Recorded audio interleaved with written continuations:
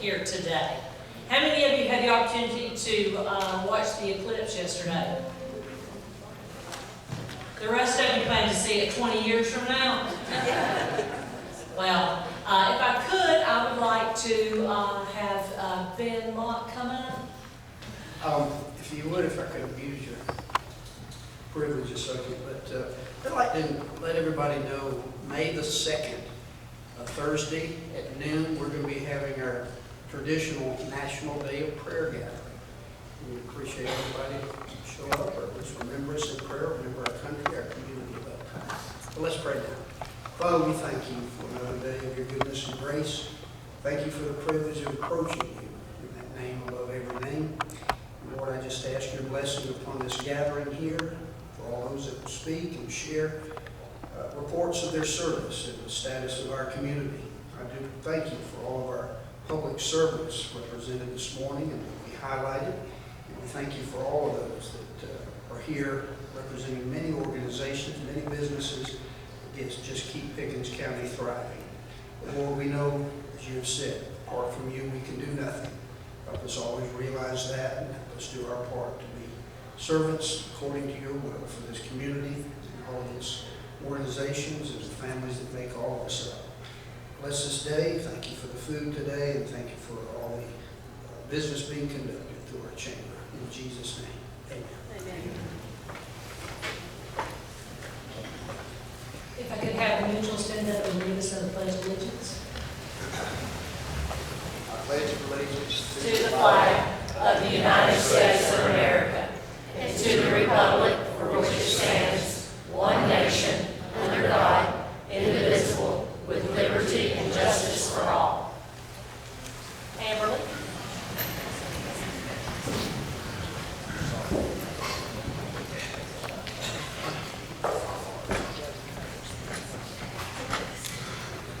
Good morning, everyone.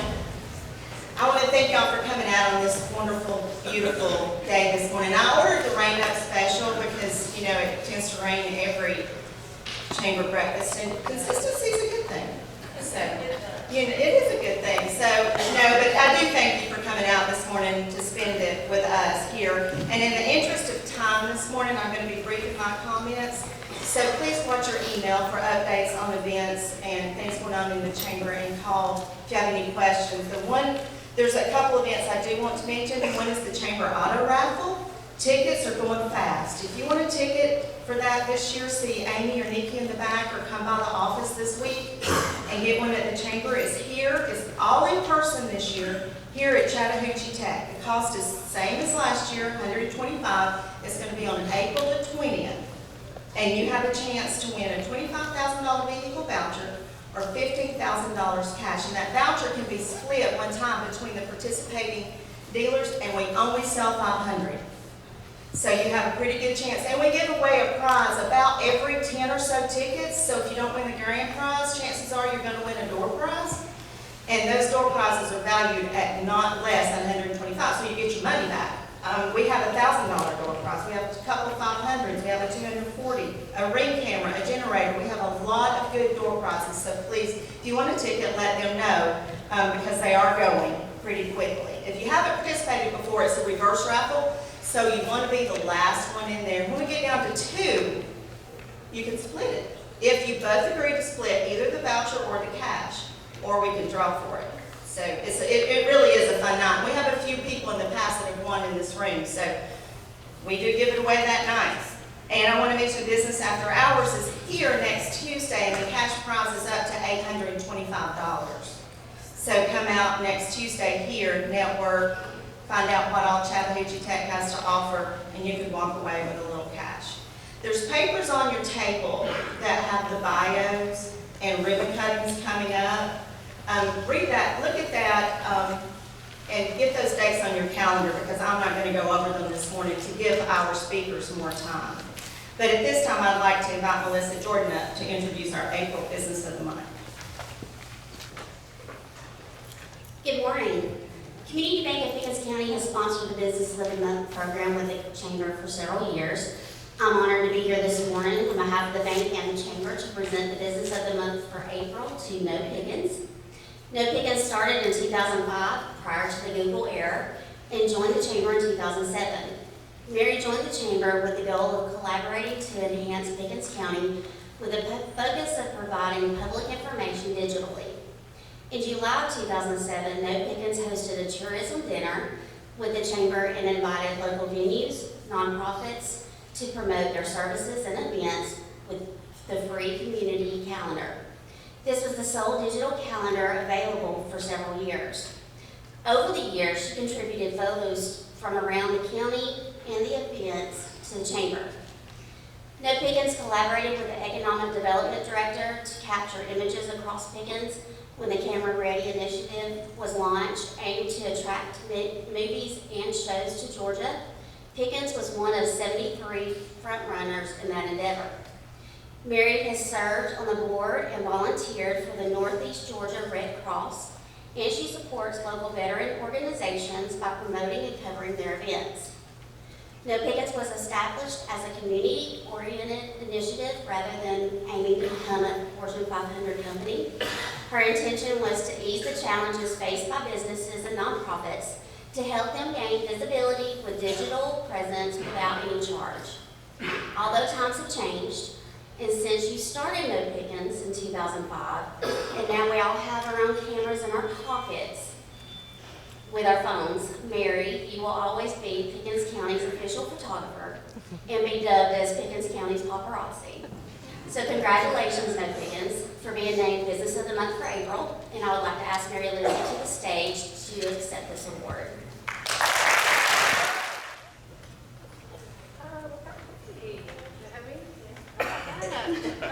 Wow. Can I sit it? This is a marble. I like this. Yes. All right. I don't like being up here. I like exploiting all of you. So let me do that real fast. And I'd say we should give a big round of applause to the Chamber for getting this many people out on such a beautiful day. So,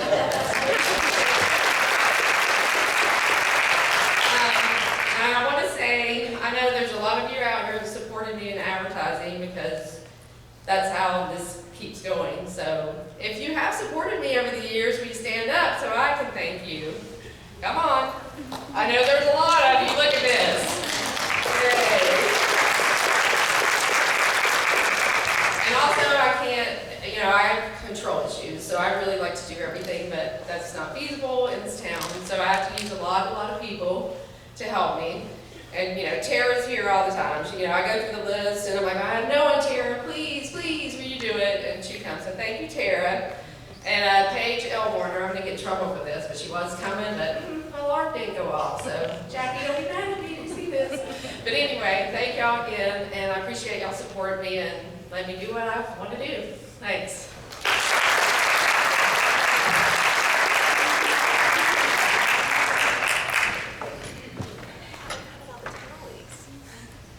Thank you, and congratulations, Mary KnowPickens, and thank you to Community Bank for sponsoring the Business of the Month Award. And Mary, you are very deserving. You do so much about the community, and oftentimes she'll do things and won't charge if it's for charity. Case in point, recently our leadership golf tournament, I asked Mary to come take photos. I expected an invoice. I called Mary and I said, Mary, where's my invoice? And she said, I'm not charging you. It was to benefit the leadership program. So thank you, Mary. We truly do appreciate all you do. And yes, you are our Pickens County paparazzi. And at this time, I would like to thank this morning's sponsor, ETC Communications. We're fortunate to have a strong supporter of our community and our chamber. You are constantly and consistently offering programs and events and sponsoring them, not to mention you keep us connected. And that's so important in today's world, and you do treat everyone like family. You call us by name, we call you by name, and you're always very kind with a smile, and so I really appreciate that. It really means a lot when you come into a business like that. And you're forward thinking, with the grant for broadband. That is just indicative of how forward thinking you are, so we truly appreciate your contributions to our community. And at this time, I would like to ask Mitchell up to do sponsor remarks.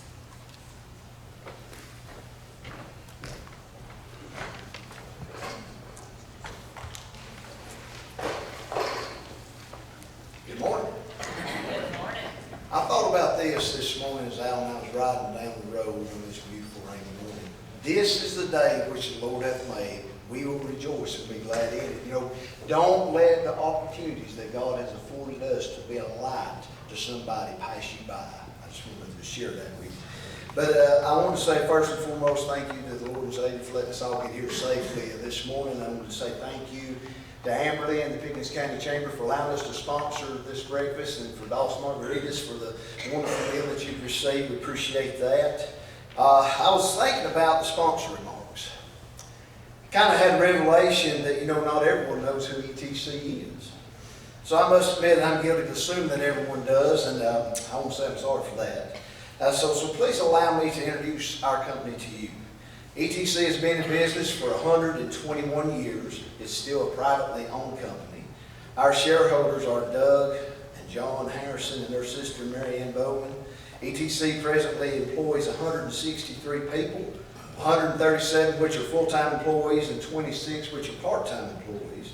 We not only work for ETC, but most of our employees live in the communities that we serve. Our children and our grandchildren go to schools, play sports, and are involved in community activities in our service areas. ETC offers telephone, television, internet, security services in Polk County, Tennessee, Fannin County, Elmer County, Pickens County, Cherokee County, Dawson, and Logan County, Georgia. We're currently building our fiber services to underserved areas via the ARPA grant that we were awarded. This allows ETC to bring fiber to the home to many locations of Waleska, Marble Hill, Cove Road, and parts of the west side of Pickens County. Along with a partnership with Amberle EMC, we can offer fiber services to the non-ARPA areas as well in these locations in Pickens, Dawson, and Lincoln counties. We appreciate the partnerships that we've been able to cultivate over the past 121 years, not only with business district, but with many nonprofits and residents of the counties in which we serve. This allows ETC to give back to our communities. For an example, with scholarships. In 2023, the ETC and the Albert E. Harrison Foundation donated $200,000 in scholarships that was dispersed between Polk County, Tennessee, Fannin, Gilmer, and Pickens County, Georgia. Pickens County was awarded over $50,000, which made it possible for over 30 Pickens County students to be awarded with scholarships from ETC and the Albert E. Harrison Foundation. We participated in fundraising events like Sport and Play Shoot for the Boys and Girls Club at Garden Mountain, the Appalachian Children's Center at Noontuba Creek Farms, the Snowball Golf Tournament with Pickens County Chamber, just to name a few. ETC also actively supports our teachers, school staff, and in the counties in which we serve. Now, for a little bit of useless knowledge from the Mitchell Pike College, all right? Here's a few fun facts for you. ETC currently has approximately 323 miles of fiber deployed in Pickens County. It's approximately, if you drove from this college, it's approximately 352 miles from here to Panama City Beach, Florida. ETC currently has approximately 415 miles of copper plant deployed here in Pickens County. That's where copper, pots, lines, things like that come from, okay? It's approximately 492 miles from the college to Daytona Beach, Florida. ETC currently has approximately 626 miles of coax deployed here in Pickens County. It's approximately 724 miles from the college to Miami Beach, Florida. ETC's approximate combined deployed infrastructure in Pickens County is 1,364 miles. So it's approximately, if you drove from here to Vail, Colorado, it's approximately 1,461 miles. Thank you.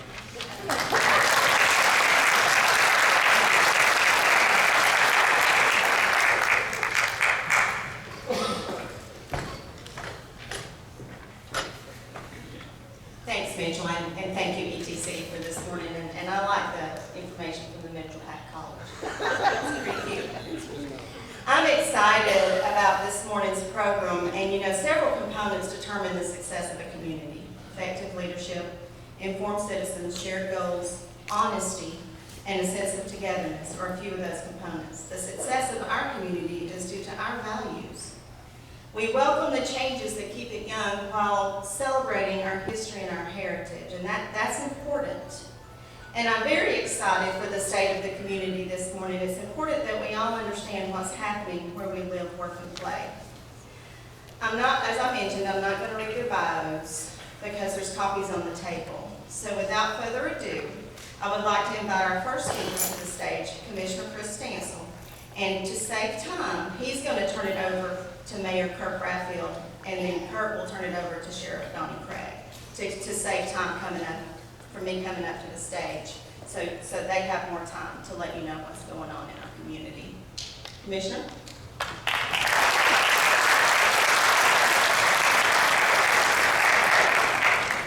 Good morning. I know we've had two things that all of us came here that you're going to take away regardless of how bad the rest of us stink.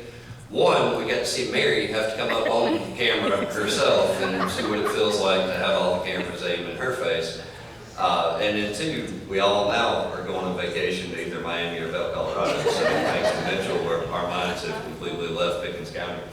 I'm honored to be here, thankful for the opportunity to come and speak on behalf of not only the Board of Commissioners, but on behalf of the staff of all of Pickens County government. I know we have quite a few here with us today. There's a few different tables. So we're going to have to finish this thing by 8 o'clock so they can all get to work because of all those departments that are there. The men and women that are here today are the reason I'm able to stand up here and speak. Their success is what makes it possible for me to come up and talk about all the great things that the county's doing, and I'm very, very honored and thankful. So if you work for Pickens County government, if you would you stand for just a moment? I'd love to give them a round of applause.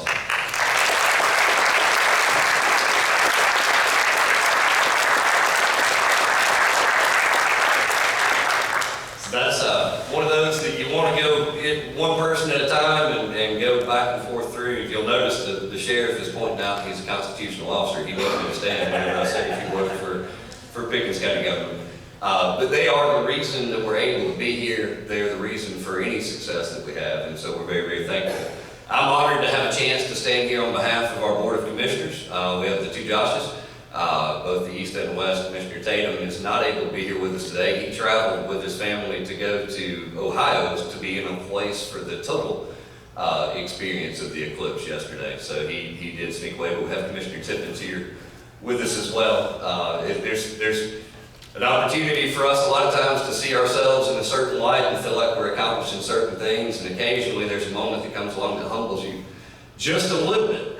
And when you open the progress and you see the cartoon character, if you've ever had a self-image struggle, sometimes you can take a look at this and realize that people may not see you the way you see yourself. I've actually lost 9 pounds since this came out in the newspaper. I've been working really hard. It took me a minute to realize it was actually a jackpot though. So if you realize it's a slot machine and it was the winner, so I'm going to take it as a compliment, but I picked on Dan and told him, I said, when you see the slide, it's just a joke. Don't charge. And he threatened to Will Smith me, so we'll do our best to keep going. I know we introduced quite a few of the members of our staff just a minute ago, and this is just kind of an overview picture of the breakdown of how Pickens County government is set up. If you take a look at all of those elected officials that you see on the right combined with all the county staff, the total number of employees for all of us combined is that 313 full-time employees, 54 part-time, 35 seasonal. The reason that our 118 temporary employees has changed a lot over the last couple of years is recategorizing the way poll workers are. So when you go for an election and there's poll workers that are paid, at one point in time they were paid not as a temporary employee but in a different fashion. That was corrected, so it now actually keeps up with those along with your lifeguards and some of your staff in different places. But you can see the wide area of territory that's covered, the wide area of responsibility and kind of where those fall within the scope of things. Taking a look at our community as a whole, you can see that we're a little bit older than the rest of Georgia. The median age in Pickens County is 46.3 versus 37.6 in Georgia. But you can also see in the household income. Our household income is about $10,000, a little bit closer to $12,000 more than the median in the state of Georgia. So these estimates, population estimates on the census data, they kind of do an update each year, even though it's not a census year, they do try to update what population is there. So we have now crossed over that 35,000 mark on that census data estimate. We're pushing the 36,000 mark in total number of people. 232 square miles and not an ounce of water anywhere in the process. So we'll kind of close as we get to that portion of going through, but we do cover a 232 square mile county. Talk a little bit about our finance department, and this is high level overview, and I'm going to move fairly fast because you do have 3 speakers coming. But we're in the middle of our audit, so I know we close our year December 31st, but then our audit begins and it's usually completed. I think they're expected to present that audit in June at our June Board of Commissioners meeting. So these numbers are taken from just our budget, from the beginning of our budget for 2024. They're not the audited year-end financials. As soon as those are done, they'll be presented at a Board of Commissioners meeting, and then we'll immediately publish them on our website and provide them to the public for you to be able to see the full audited result. But we're operating on just under a $36 million general fund budget. That's both on expenditures and on the revenue line item.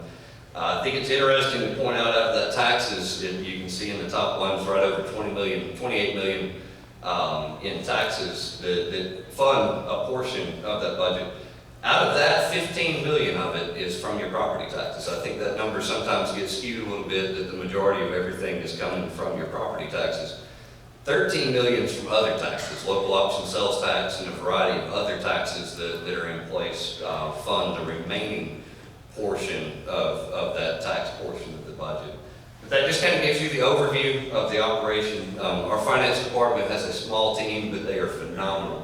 And one of the things that was accomplished in 2023, thanks to the hard work of our finance department, and Ms. Diane McNabb's not here with us today, but Brandon McDowell is, they were able to achieve the Government Finance Officers Association Certificate of Achievement and Excellence in Financial Reporting. That's a huge undertaking. I think roughly 80 in the state of Georgia, cities and counties combined, have accomplished that task. They have 3 different levels of award that are there, and Pickens County was one of those. Through their hard work with their budgeting, with their preparation of all the material, we were able to be recognized this past year for that. Another tribute not only to them, but to all of our department heads and to the Board of Commissioners, because it's became a top priority of us to try to do all we can. We've just finished last year, our 2nd year with no tax anticipation note. We've not had to operate on a TAN loan for 2 years. The year prior to that, it was reduced. This year, we're on pace to do it again. We've been working really, really hard to ensure that our fund balance is able to carry us through until the collection of the next year. A lot of people have an understanding of tax anticipation notes, and a lot of you are looking at me and wondering what in the world is that. It's a loan program for governments to pay for funding prior to taxes being collected. We're on a unique budget cycle with the way that our fiscal year is in Pickens, and it takes a lot of work to try to transition that budget cycle away. But we collect our revenue at the end of our budget year. So we operate all year long with the anticipation of collecting at the end. So you have to operate on your fund balance to carry you through, or on those other revenue sources outside of your property tax, because that property tax doesn't start coming in until October, November, December. I think due date's November, close to November 15th. So you can see the 4th quarter is when our primary revenue source comes in. We have to fund the county up until that point. So having a healthy fund balance is necessary in order to accomplish that. And I think through the hard work of managing budgets from our department heads, I know they're tired of hearing me preach about it, but it's one of those things, the more we manage those budgets and we keep that fund balance healthy, the better we're able to accomplish. At the close of last year's audit, we were sitting around a $12 million fund balance, which puts us in a category of 36 to 39, depending on which budget year you're looking at from that fund balance carrying over. We'll know upon the completion of the audit where we are exactly today. So it means for 39% of the year, if we had no revenue come in, we could continue to run the county. And that's a huge feat from where we were, and I know a lot of men and women have worked really, really hard to get us there. Looking at our planning and development office, one surprising number, because everybody talks about growth constantly, We had a 6% decrease in 2023 from 2022 on new homes being built in unincorporated Pickens County. We had 226 new home building permits that were issued. We did see a significant increase in business licenses and businesses that were coming through. We saw right at a 49% increase on different businesses in unincorporated Pickens County that came through as well. One unique statistic, if you look at all the building permits in 2023, the homes that were built, the size of the homes, 2,441 heated square feet, 1,725 unheated, bringing it to a total of 4,166 square feet, is the average for the homes that were built in 2023 with the permits that were issued. Now, I grew up in a home that was maybe 800 square feet, heated and unheated. My current home is probably about 1,200 square feet, which we're finally reaching that empty nester phase, so it works out perfect for us. So I was actually kind of amazed when you take a look at this number that that's the average, meaning that for those people that are still building 1,500 square foot homes, there's some others that are building 10,000 square foot homes to bring this average back up, which is fairly significant. And if you drive around Pickens County, you'll see, you can see the homes that are being built. A lot of money has been invested in our community over the last few years with people that are coming in to build some beautiful homes at a time when land prices are higher, interest rates higher, and they're building bigger homes. So this economy is a unique season that we've not seen very often with all the different things that have been going on. Our road department, 401 miles. Trying to think how far that'll take you to follow Mitchell here. But I think you could probably drive to Tifton, Georgia and back in 401 miles. But we have 401 miles of roads in Pickens County. About 3/4 of those are paved. About 1/4 is still gravel. We're in the 90s. We're kind of chipping away at that at about 5 to 7 miles per year and trying to do what we can to improve the different state of different roads that are there. Some of them will remain gravel forever, some because of choice, and some because of where they were put. There's just not enough right-of-way to be able to expand them, to be able to change them. So we will continue in unincorporated Pickens County to have dirt roads, regardless of how hard we work to improve that.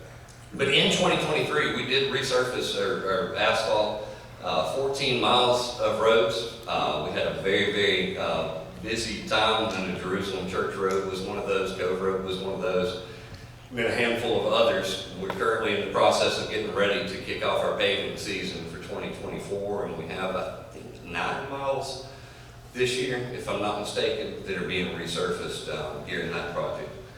The unique thing, I heard the Commissioner of the Department of Transportation speak just recently. In the last 5 years, the cost of resurfacing a road has went up 80%. Meaning for every $1 million project that you could have done 5 years ago, it's now costing $1.8 million to do it today. 80% with the increase of asphalt, the increase in fuel for the hauling, so those bids just don't come in any lower than what it was. And I know that was on a state project scale that he was speaking on, but we're seeing it on a local level as well. The dollar just doesn't go quite as far. So we're doing the best we can to continue to manage those SPLOST dollars in paving those roads, but it's also been a challenge to try to keep up with them. 97 culverts were installed this past year, which was up from 74 in 22. What makes that stat for 2023 unique is we had a tornado in July that affected 120 roads in Pickens County. And our road department crew worked pretty much around the clock for 3 months straight cleaning up roads throughout our entire county in order to clean up from that tornado that came through. The tornado was not enough to classify us for an emergency, so there was no funding that was coming in to pay some massive out-of-town contractor to come in and do all the work. And the minimum, well actually, I don't think you have any women in the crews, so we'll be sexist for a minute and say the men of the road department worked their tails off in extremely hot, horrible conditions with chainsaws, cutting and clearing, at the same time still continued to maintain all of the other functions that took place. So 2023 was a rock star year for our road department. Now the crews from the water department, they pulled off on several of their projects and got out and helped with chainsaw crews to get out and do it. But I don't think you can ever know how thankful we are to have them go out. I know that we talk a ton about public safety and about the importance of our public safety, whether it be in the law enforcement sector, fire sector, EMS, 911, all of those different individuals that keep us safe. But men and women that are out serving in the road and water departments that are willing to go out with a chainsaw and work in 100-degree temperature to keep the roads clear has been something that's been phenomenal. In addition, when we talk about upgrading those roads from gravel to asphalt, one of the steps in that is the chip seal, which is commonly known as the tar and gravel process. We were able to chip seal 7.5 miles worth of roads in 2023. And already have several projects lined up for next year. Looking at public safety calls, there were 21,000 emergency calls that came in for our fire and EMS staff, 52,000 non-emergency calls. That, if you look at that stat from a 10-year ago period, it's a 107% increase from 2013. It was a 10% increase from 2022. So you can see the amount of call volume that's going through. If you average that response time, I know it shows a 9 minute 11 second response time. That's the average between emergency and non-emergency. So if you call and say, my pinky toe hurts, we're not really going to run with lights and sirens to try to run people off the road to get there to you. But if you say, I'm bleeding profusely out of my head, then we're going to get there a little bit faster. So that averages out. That's a 22% improvement from the year prior. And that's covering unincorporated Pickens County. So there are times you have units that are responding from Cove Road to the top of Monument. There's times where you're having to hit these remote areas, and they're doing a phenomenal job getting to and from those calls. Our fire marshal's office, they've spent about 3,000 contacts with trying to do education with the community. That's something our marshal's office is really active in, trying to educate the public on fire safety and on ways to keep people safe. At the same time, they've investigated 41 fires that occurred. That means if there were a residential fire or anything that needed a full investigation, their staff has gone in, 275 fire inspections, 38 reviews, and then 234 route plans. Looking at our marshal's office, who oversees the animal shelter, you can kind of see that there were 451 cases that were called into the marshal's office separate from any animal calls. So you can kind of get a look at what that was. We did expand last year to have a deputy marshal so that we were able to have 2 different individuals that are responding and assisting in those situations. In our animal shelter, we had received 486 animals into the shelter last year. We were able to adopt out 408 in 2023, and then 93 were reunited with their families. So we were able to continue to see that cycle. I had somebody looking over the slide the other day and said, those numbers don't add up. And I said, well, we don't get to go back to 0 every year. We can't just get rid of the animals that were there. So whatever was there the year prior continues to affect as that goes through. And they do a phenomenal job trying to move those through over there. Parks and Rec has been an area that we've been really excited and working in the planning phases this year. Quite a bit. We saw a 9% increase in our registrations this past year. We've got just a little over 650 that are participating in baseball, t-ball, softball. That's a lot of kids. When you went to opening day and witnessed, I know that the high school was gracious enough to let us use Dunn Field this year. And Brian Jones and his staff did an incredible job calling out the names of every single one of those 656 kids. And somehow all 656 made it out onto the field. And the humorous part was we started with the 3-year-olds. So by the time you got to the 6th graders, the 3-year-olds had already been on the field for a good 30, 40 minutes, and there was no containing them at that point. We had them on a pitcher's mound, we had them running laps. That one photo that was captured at the end was a significant feat of volunteer coaches doing all they could do to get them rallied back together. So it was pretty phenomenal. 435 kids playing in basketball this past year using the 2 courts that we have. We were able to continue to cycle through with 435 playing basketball and 198 total in football.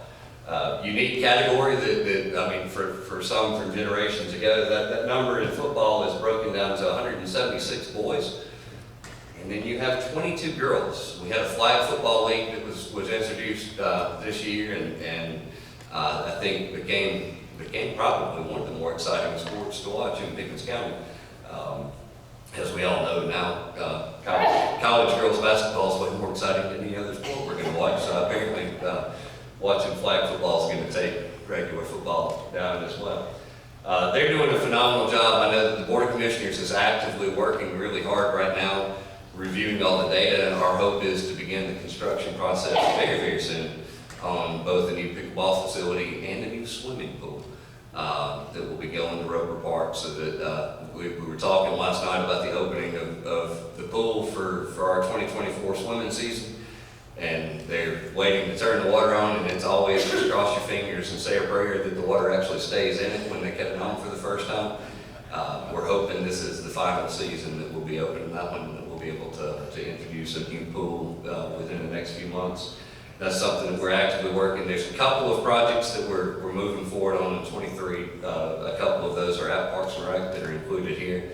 Another is in the public safety category to put a new fire station in the Talking Rock area. We're doing the best we can to try to manage the ISO ratings throughout the county and do what we can. I know Chief Prather and Director Elrod are working very close with the volunteers that work in that area to ensure that we're providing all that we can provide and get that accomplished. Recycling. We've got some of the rock stars here with us today from the recycling center. Almost 2 million pounds of material was recycled at the Pickens County Recycling Center this year.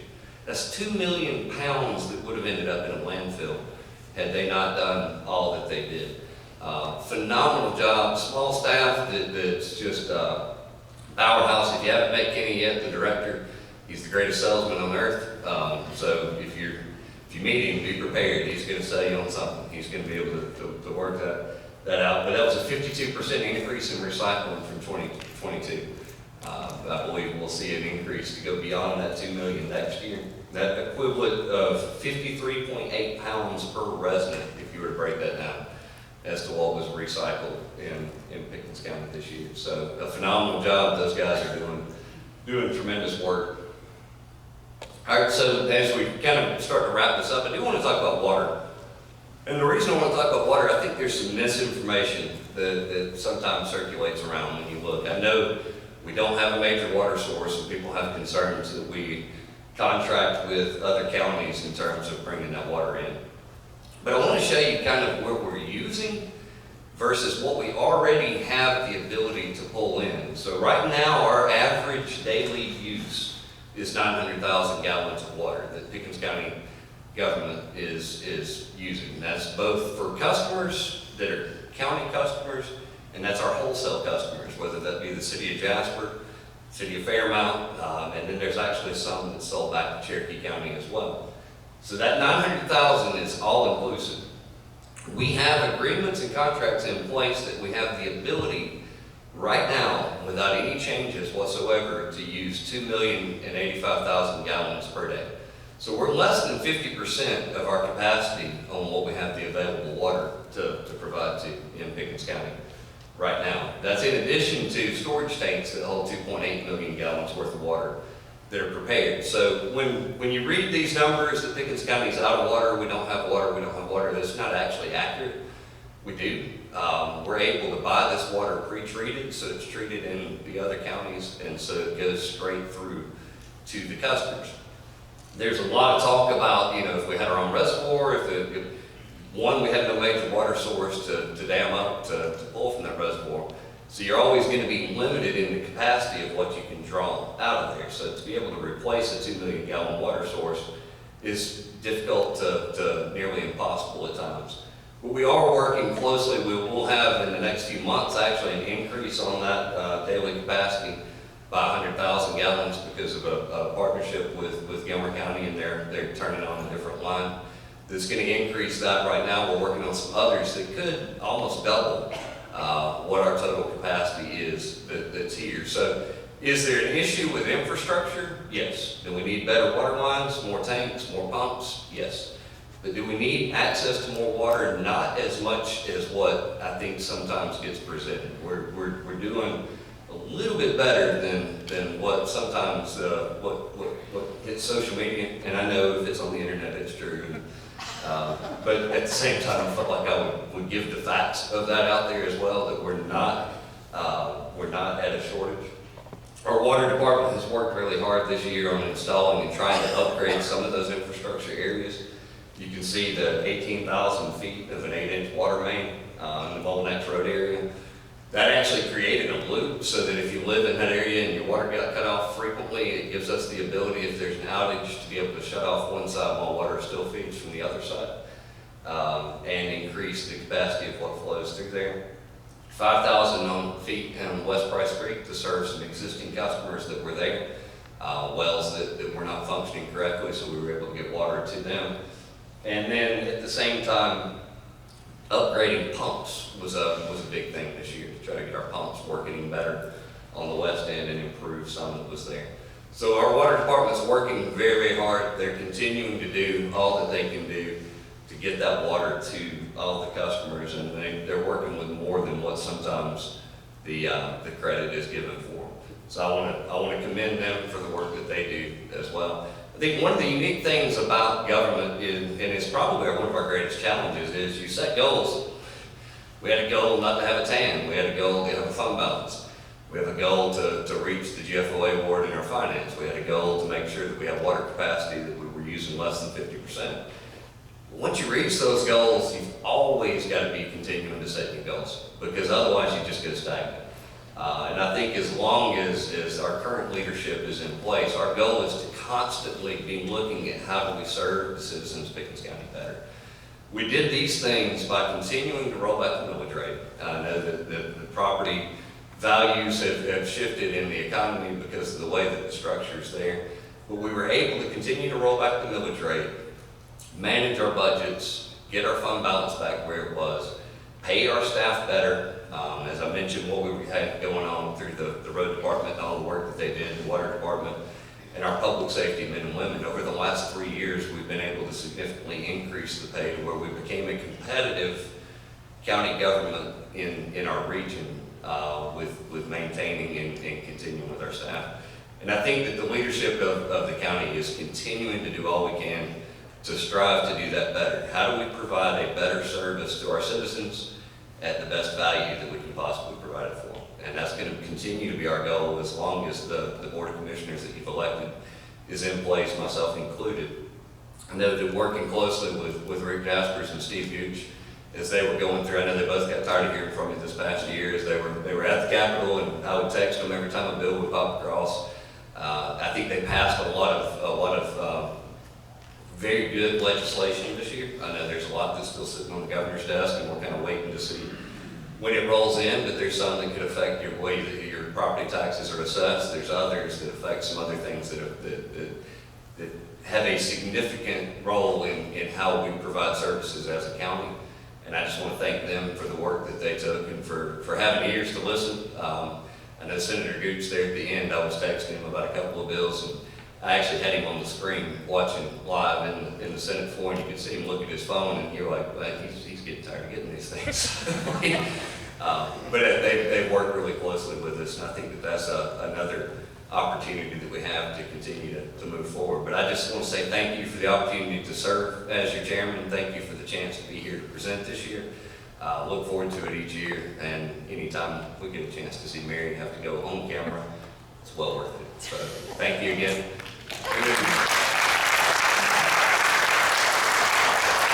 I also learned that going first, there's a little bit of danger, because I wanted to pick on the mayor and I wanted to pick on the sheriff, but then I realized they get the last word. So if you'll recall, I've been very gracious to them in case they start to go a different route, then that means they're just bullying me at that point.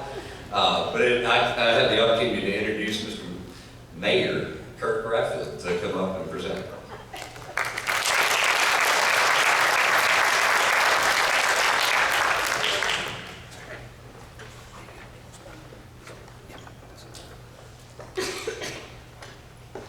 Good morning, everyone. Thank you all for being here. Thank you for the opportunity to speak to you on behalf of the City of Jasper, our elected body, and all of our staff. Thank you to the Chamber of Commerce for doing such a phenomenal job representing our community every single day. Amberle, you and the staff outdo yourself year after year, day after day, and we thank you for what you do. Also, today is Taco Tuesday, so I'll see you at Doe's for dinner. Thank you, Doe's, for wonderful food this morning. Give them a round of applause. Please join me. I have some elected officials here from the City Council, Mr. Jim Looney and Dr. Sonny Proctor. Welcome. Thank you for allowing me to serve as your mayor, and thank you for what you do.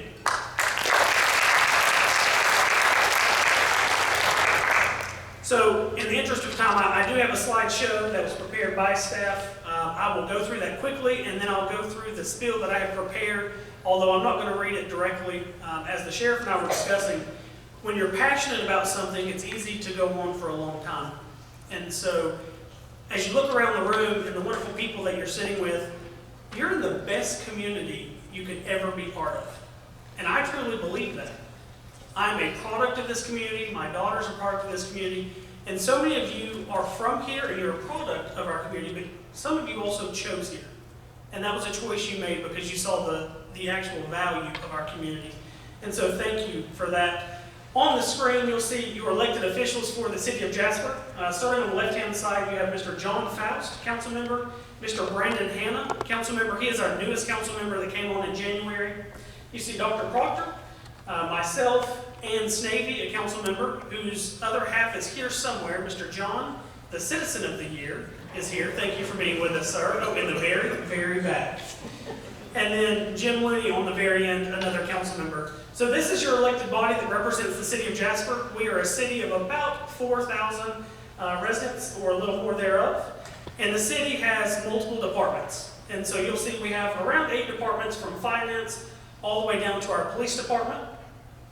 And the finance department has the wonderful job of telling our departments what they can and cannot purchase. And so our finance director built this slide, and she said, you know, I'm not the favorite, because for every yes I give, I also give 2 no's. I said, that is completely understandable. Their job in our finance department is to make sure that we're being good stewards of our tax dollars, and they do a phenomenal job. We have a customer support team. That is the friendly faces you see as soon as you walk into City Hall.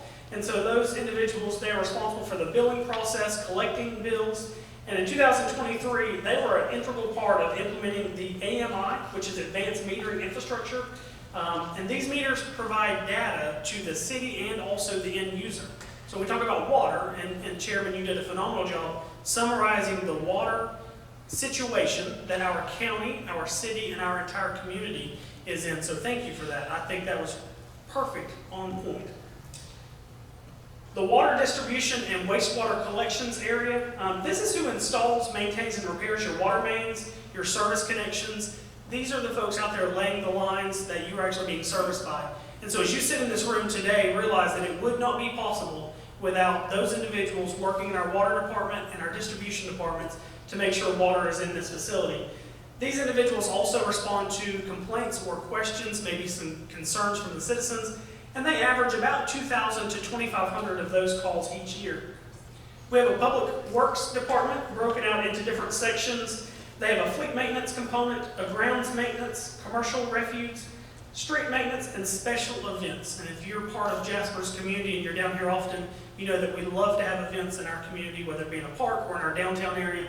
And these individuals are the ones making sure that everything goes smoothly. They're also the ones that are in charge of our parks, making sure our parks are updated, and then also our trash collection. Planning and development, boy, they are the favorite here lately of all of the developers that all of you have heard about. As the chairman mentioned earlier, growth is here. They have noticed the gem that is the City of Jasper and Pickens County. And I'm happy to report that this department alone has gone under moratoriums with the city, gone through ordinance revisions, created policies and procedures, and created ways that allow us to ensure the quality of your developments that you're getting. But one of the most important things they're doing is erosion and sedimentation control. They want to make sure that your developments are not impacting your waterways. And as I look at Miss Mary back there, she's happy that I mentioned that. That is a sole point for her. The Jasper Police Department, we do have a law enforcement component to the city. And this year they held 2 events. They had the National Night Out and the Jasper Soapbox Derby. You'll see some of the pictures here. The interesting part about the PD this year, they had a focus on education. And when you talk about education, you often think of the youth, but education also goes for us as adults. We want you to know that the Jasper Police Department is a community-oriented law enforcement agency. They are here to help and assist. They're also a great partner, and you'll see that they have a picture of the department down below. We have had some new vehicles. We've had some new patchwork. That department is evergreen and changing. The Jasper Fire Department currently is staffed better than it has ever been staffed. We have more firefighters on each shift responding to calls than we've ever had before. We do have, you'll see in the picture, we have a ladder truck. Our community is now serviced with a 75-foot Pierce Arrow XT ladder truck that was acquired. One of our points to do here in this department was bring the aging fleet up to date. And so when our chief, who has been here almost 2 years, I believe, Chief, in April, so this month, congratulations on your 2-year mark.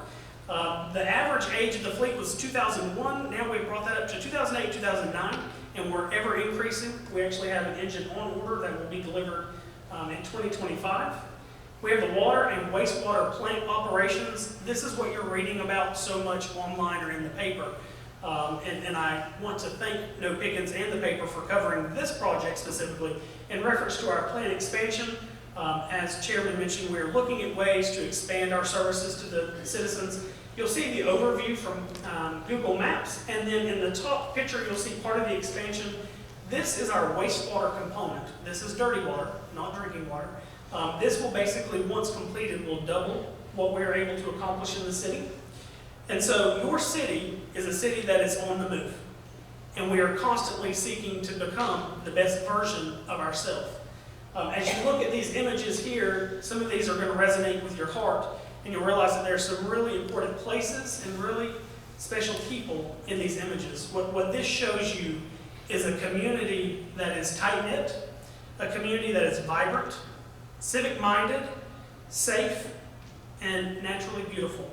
So it's no wonder that people have also noticed what we have here. We truly have the best place to call home. Our city staff is working diligently to provide the best municipal services to you and the community. Each and every day this can be seen in our departments. Our employees are the backbone of the organization. We do have some here with us today, our department heads. I want to thank you for what you do every day to lead our city and to lead with the elected body. I encourage you, the community, to share your appreciation and your kindness with all of our employees and all of the county's employees, because truly we are one community. And I can stand here today and say I received a question speaking in this room probably 2 months ago. How's the relationship with the city and the county? I can tell you the relationship between your city and your county has never been better. You have a unified city with the county as far as your common goals of serving the citizenry for a better outcome for everyone. So, Commission, thank you very much for what you do, both of you and the third non-present. As a growing area in North Georgia, development has hit us. It is no secret that this administration has been working hard to make sure that we protect what we have and that we find a way forward for quality improvement and investments. This is where I mentioned the moratoriums earlier. We went under moratoriums. We're currently under another moratorium for a specific reason. The goal behind this is to make sure that the quality and the results at the end of the project are what our community wants and what our community deserves.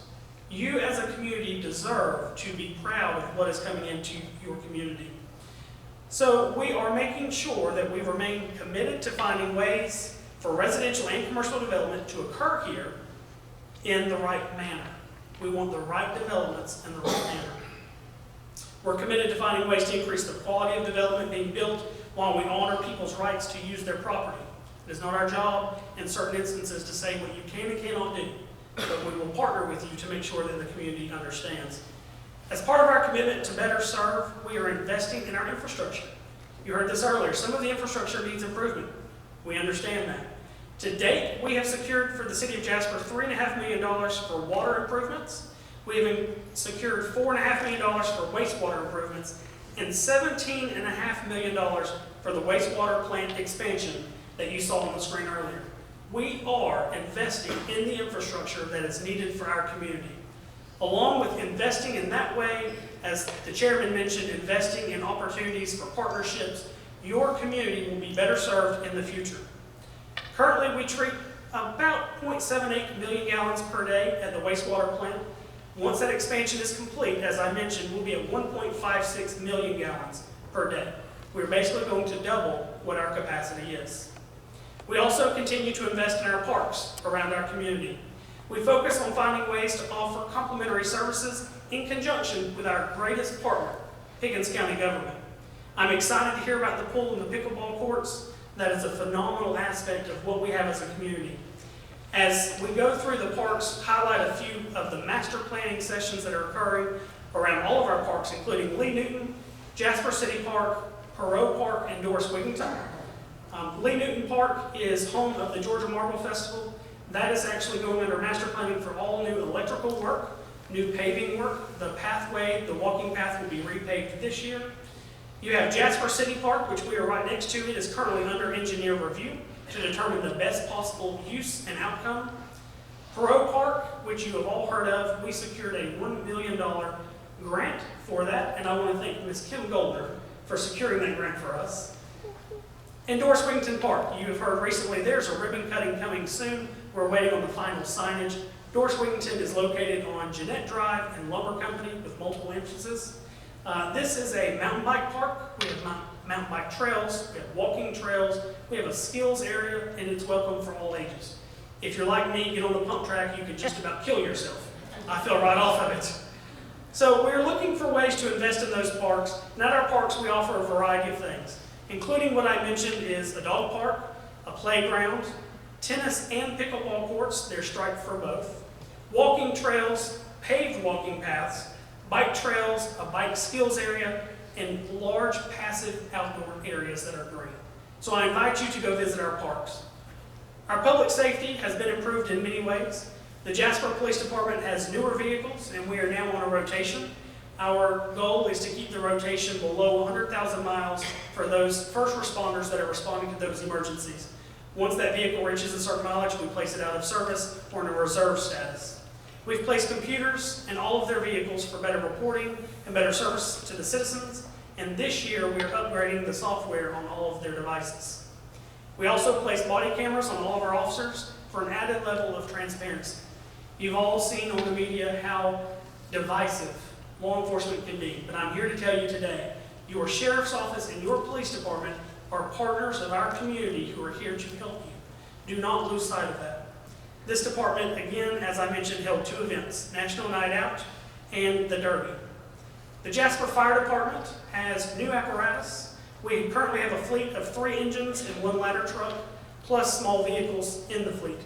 We're seeking to become a certified EMS agency or first responder agency through a new licensure program that takes us to a BLS, a goal of an ALS, and this will provide a higher level of care for our patients.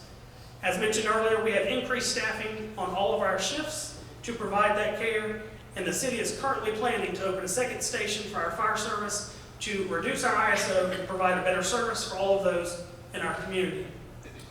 The department has also been a recipient of grant funding numerous times, and in the past 2 years has received approximately in the range of $80,000 in grant funding. The safety of your city is a priority that we will continue to invest in. We're looking for ways to welcome our entertainment season, and we're also really excited about the idea and the fact that your city and your community has an entertainment season. The events include Downtown Live, Art Walk, and many more. Your downtown area has seen revitalization that has transformed Jasper into a true destination for all to enjoy. You'll see our public works crews setting up for events, working during the events to make sure your time is enjoyable, and tearing down after so you could not tell there was an event that ever occurred. Other events we're excited about are the Marble Festival, Jeep Fest, the 4th of July, and so many more. Ladies and gentlemen, your community is one that enjoys getting together. That speaks to our relationships and the bond that we have with each other. So, in the interest of time, as we leave the gathering today, I encourage you all to remember that the city of Jasper is comprised of people who work hard to build our community, and they are making a difference every single day. The elected body and our entire team of employees in Jasper are both proud of the progress that we've made so far. But make no mistake, we are not finished.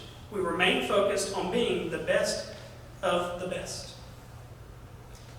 As we go on and continuously seek to become the best version of ourselves as an organization, I ask for your appreciation and your kindness for our city employees. When you see an employee around town, maybe in a store, eating at lunch, or simply walking down the sidewalk, take a moment and share your appreciation and a little bit of kindness with that employee. They're often told by the elected body and their administration that the community supports them, and we all know that we do. We believe in that.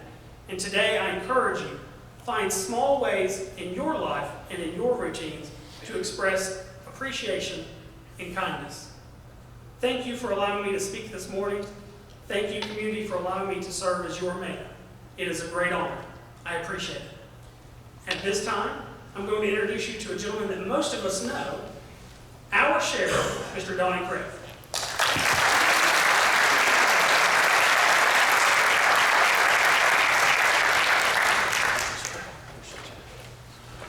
Well, good morning. I'll try to keep this as short as I can. When I was asked to come and speak, you think about all the stuff we have going on at the office, all the stuff I'm excited about. And it's hard to cram that in about 30 minutes, right? 20 minutes, 10 minutes. So, first of all, I just want to thank you for the opportunity to be here, but to serve as your sheriff. I was thinking about it on the way in this morning. It's almost been 16 years since I was elected. I stood in front of the Chamber of Commerce to make my very first campaign speech where I was totally terrified. But, as I stand here this morning, I think about the whole election process. I think about what it took to be where I'm at, the time that I put in. And I'm just thankful, thankful for the opportunity that you guys have given me as a community and the things we've been able to accomplish. I think about, again, the fact that elections rolling around this year. And one thing that I've realized in 16 years, there's two ways to run for office. One is unopposed, and the other is scared. So you guys remember what a lot of us went through the last campaign season. I'm thankful this morning that we don't have any opposition. And I think that speaks volumes, not just of me in our office, but as a community, when you look around and you see that every elected office is not, somebody's not going after that office. I think people seem to be pleased with the community, seem to be pleased with what's going on. Like I said, you got the city and the county working together, probably better than I have ever seen, and I truly appreciate that. So moving on, the sheriff's office, we've got a number of employees. We've got about 98 employees with the sheriff's office. Which, I'm going to point this out, Commissioner, the same number of employees we had 16 years ago when I took office. Currently, we're at 88 employees. We have, obviously, the most important part of this whole slide is the citizens. As Commissioner Stancil pointed out in his speech, I'm very fortunate. I don't work for the commissioner. We're employed by the county, but I get to work for the 35,000 citizens. And I think it's huge. My authority, my power, what we do comes from y'all. And the opportunity that I have to actually work for the community is truly humbling and amazing to me. But on this chart, it kind of breaks us down into three different operations. You've got headquarters. They're in the center. They're in charge of the accreditation process that we're going to talk a little bit about today, all of our evidence. Our records, our professional standards, which we'll also talk a little bit about. Field operations is uniform patrol. We're currently running about 6 deputies per shift if we're full staff. On 4 rotating shifts, we have our school resource officers that we're very proud of. Our SROs, we're very fortunate to have a deputy in every single school in this county and 2 at the high school. Our criminal investigation divisions, we have running about 4 currently in CID, and then we also serve on a drug task force which comprised of Pickens and Cherokee County. Move over to the jail operations, our court services, are those deputies working in the courts, and we've got a handful of deputies there. One of the other large areas we have is our adult detention center. There we're running pretty close to what we're doing on the road. We're trying to run 6 per shift. We're full staff on those rotating shifts. Our inmate workforce is something that we currently have suspended at the time. Believe it or not, trying to find good help and get people out there to be able to supervise inmates can be difficult. But also finding a good quality inmate these days is difficult. So we got to be careful when we send those inmates out into the community to work. Then of course our facility maintenance. Very proud to say that our starting salary for Sheriff Level 1 is at 49 and some change. That is our starting detention officer, or jailers. Deputy Sheriff Level 2 is at 55,000 and some change. Guys, I remember when we started back at $17,000, and Chief, you know, the fire department will tell you, it is so hard to find good people to come into public safety. I don't understand everybody wants to be a fireman, so I don't know why these guys have such a hard time, but you know, when you turn on the news, you see all the craziness going on with law enforcement. It's hard to convince that 18, 19-year-old kid, hey, come work for us. You know, just look at all the great things we get to do. But when the commission decided that public safety and county employees as a whole was going to be a priority, they started working on these salaries and helping us get it up. Very proud to tell you that we are competitive. We're paying more than most counties in North Georgia, and as much as any other agency in this area. I heard for years that we can't afford to pay what Cherokee, Cobb, some of these other agencies pay. Fact is, y'all deserve the same level of law enforcement, fire, public works as anybody else. And again, I'm thankful for our Board of Commissioners to see that that is a priority. So in uniform patrol, you know, looking at the call volume we've had over the last couple of years, in 22 we had around 21,000 calls for services, which does include these 5,000 traffic stops. Proud to tell you that not everybody gets a ticket when they get pulled over. We're not issuing a ton of citations out there on the road. We save that for the school zones. Moving on to 23, call volume stepped up just a little bit, but again, our call volume is kind of maintaining. You look at some of the crimes, we just picked out a few to share with you. Our burglaries average about 80 a year, which is really good compared to what we used to have back in the day. Domestics is probably the worst call that we'll answer, and as you can see, it's you know, there is a ton of those. Fraud continues to be a huge issue in our community and across Georgia. Very thankful for our banks and our businesses that help us focus and help us work on these fraud cases. And then of course our thefts, we've had a decrease in some of those. And again, there's too many to mention, and we'd be here all day. Talk about the jail. You know, our jail is now, what, about 18 years old. We're working real hard to keep that up as far where it needs to be. We can house 145 inmates, I say comfortably, because we start putting them on the floor, but I think most of these folks would argue that it's not really that comfortable in the jail. But we're looking at, you know, about 1,200 a year, and that's kind of maintained. When I took office 16 years ago, our daily population was around 145. We were just about maximum capacity, and I can remember putting people in the floor. Today, again, we're running about 80 on average. And, you know, looking at what these people were booked in and out of the jail for, interesting when we pulled up these numbers, driving on a suspended license is huge. And I'll explain why we're seeing an increase in that in just a moment. You know, the UI and alcohol-related issues, probation, these are your repeat offenders that continue coming in and out. Bond violations, again, are a lot of these same probationers, people that are in accountability courts. Drugs is 18%. And of course, you have the assaults. So one thing I want to spend some time on this morning is not really all the stats and numbers, but what we have done to improve some things over this past year.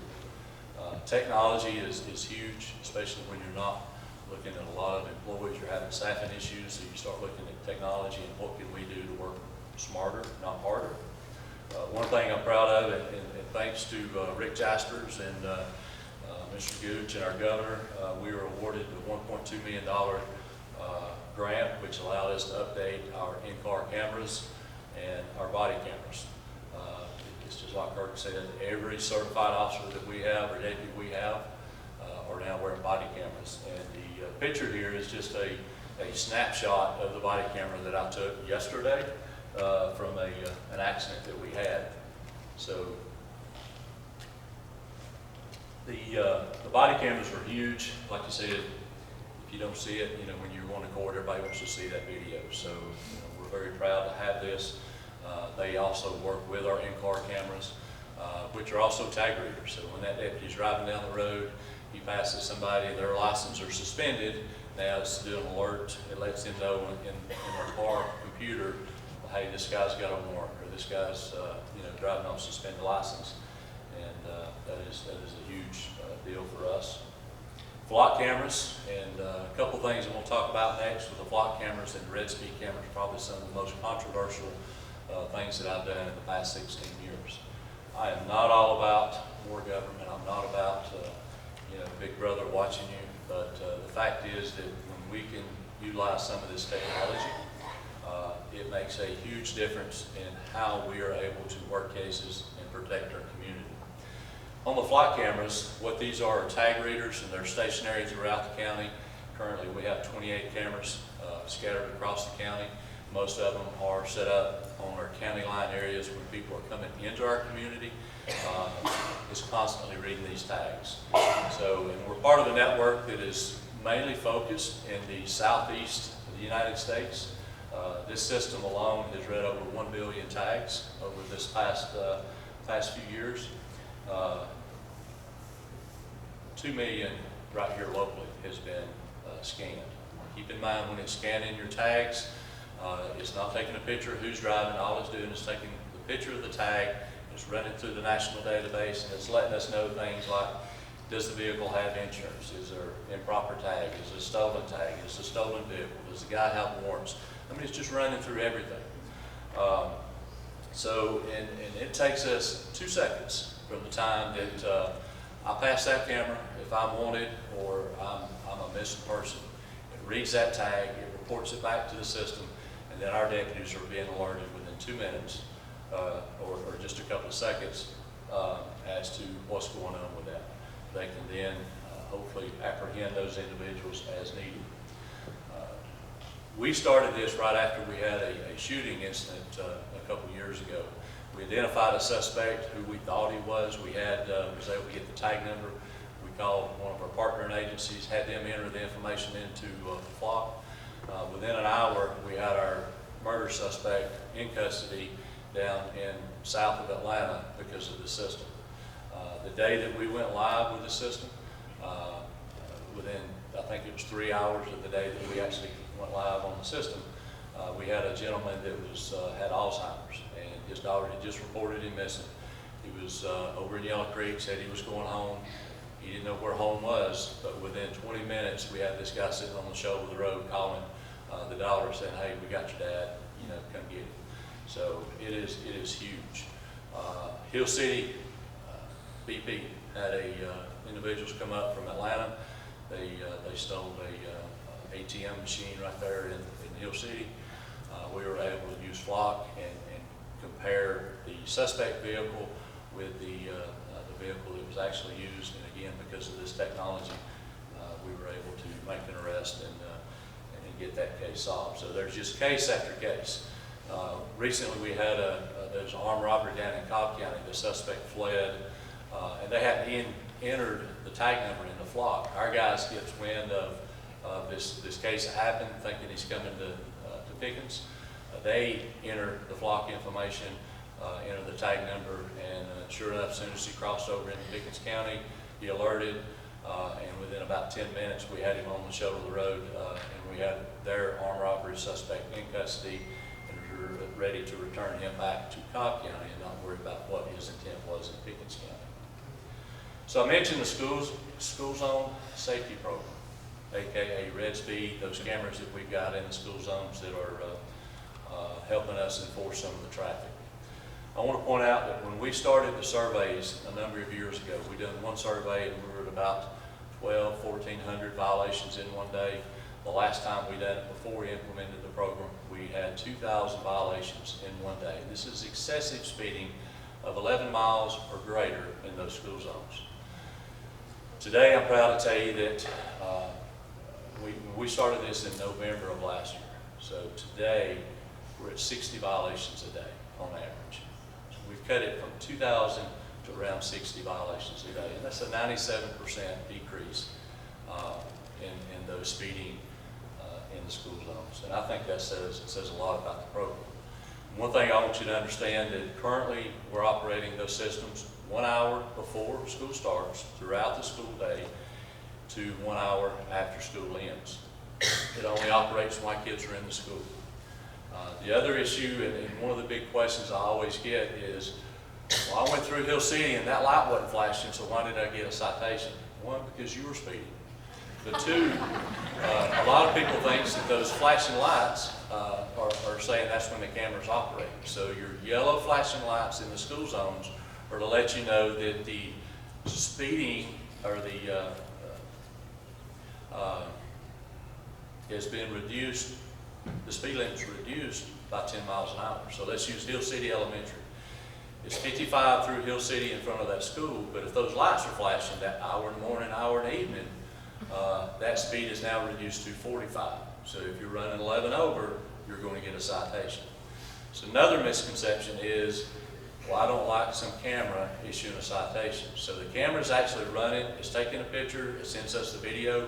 We actually have deputies in each school that are reviewing those citations each day, and that deputy is the one that actually issues the citation.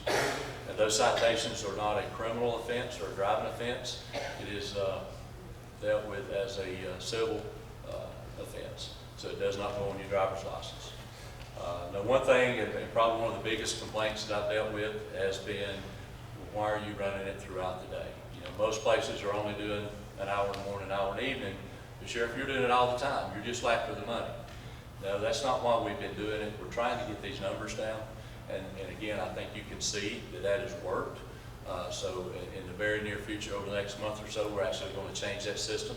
And we're going to focus on that hour in the morning and then the hour in the evening.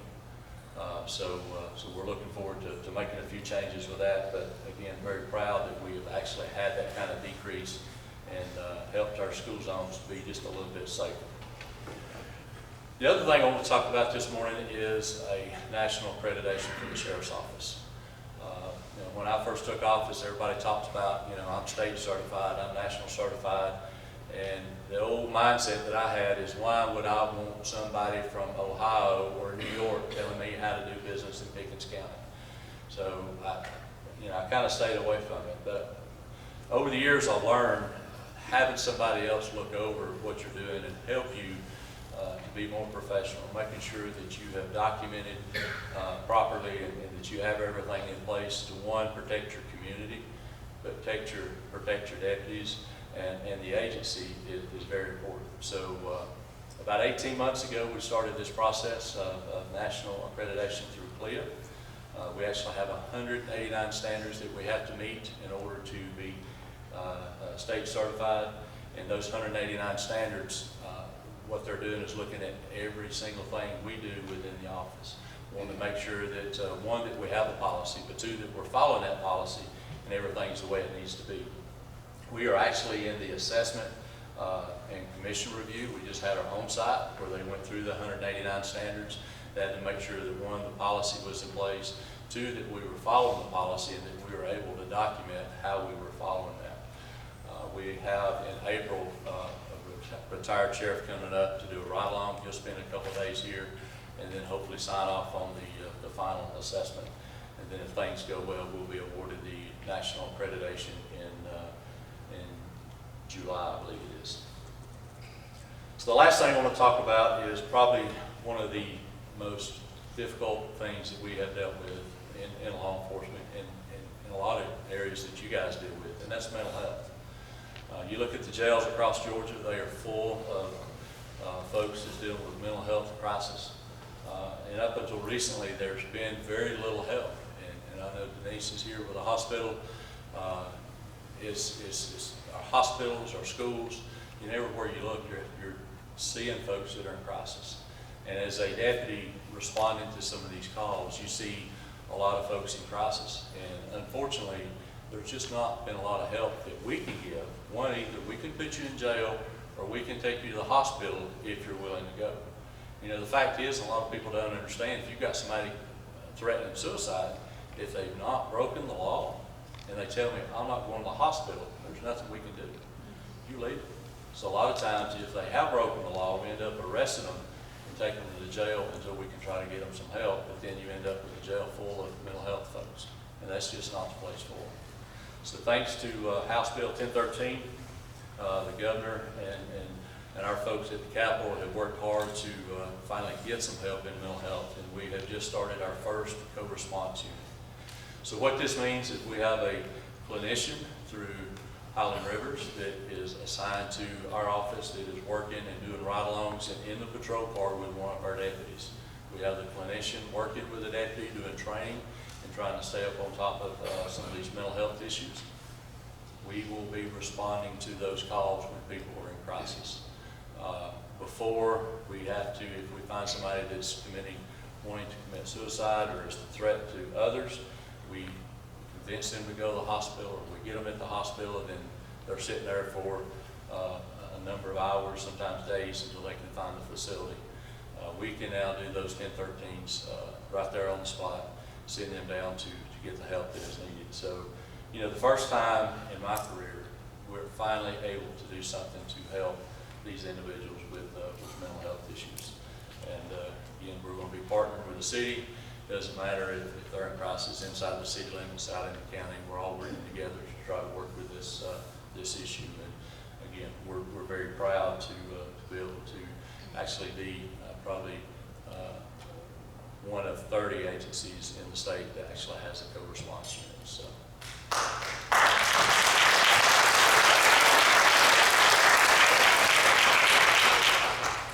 And that's about all I have today. Again, I don't want to kind of keep it short, but it's kind of some of our initiatives that we're focused on this year, and I appreciate your opportunity to allow me to come be with you guys this morning. So thank you.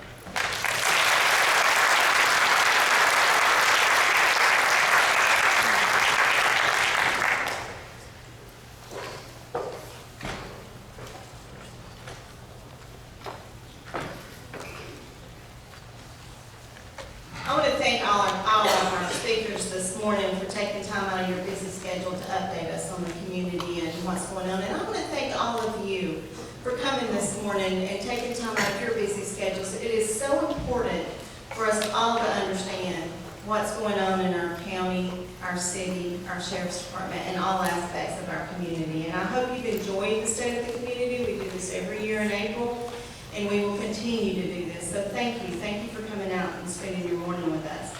I now would like to introduce you to Del Morrissey, who's going to help with the door prizes. She's just going to tell you a little bit about the flowers. And I want to thank Amberle for doing our breakfast this morning.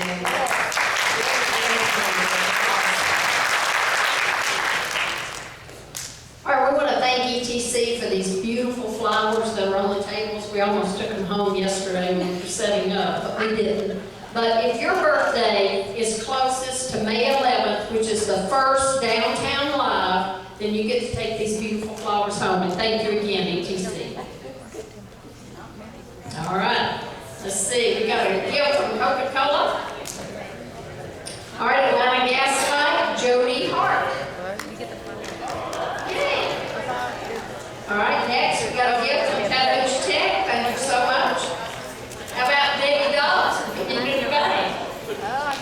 You know, Debbie, that's the second time I got you to be a winner. So. All right, let's see. You're gonna owe her now. Yeah. All right, Myra. That's Mary Liz. Oh,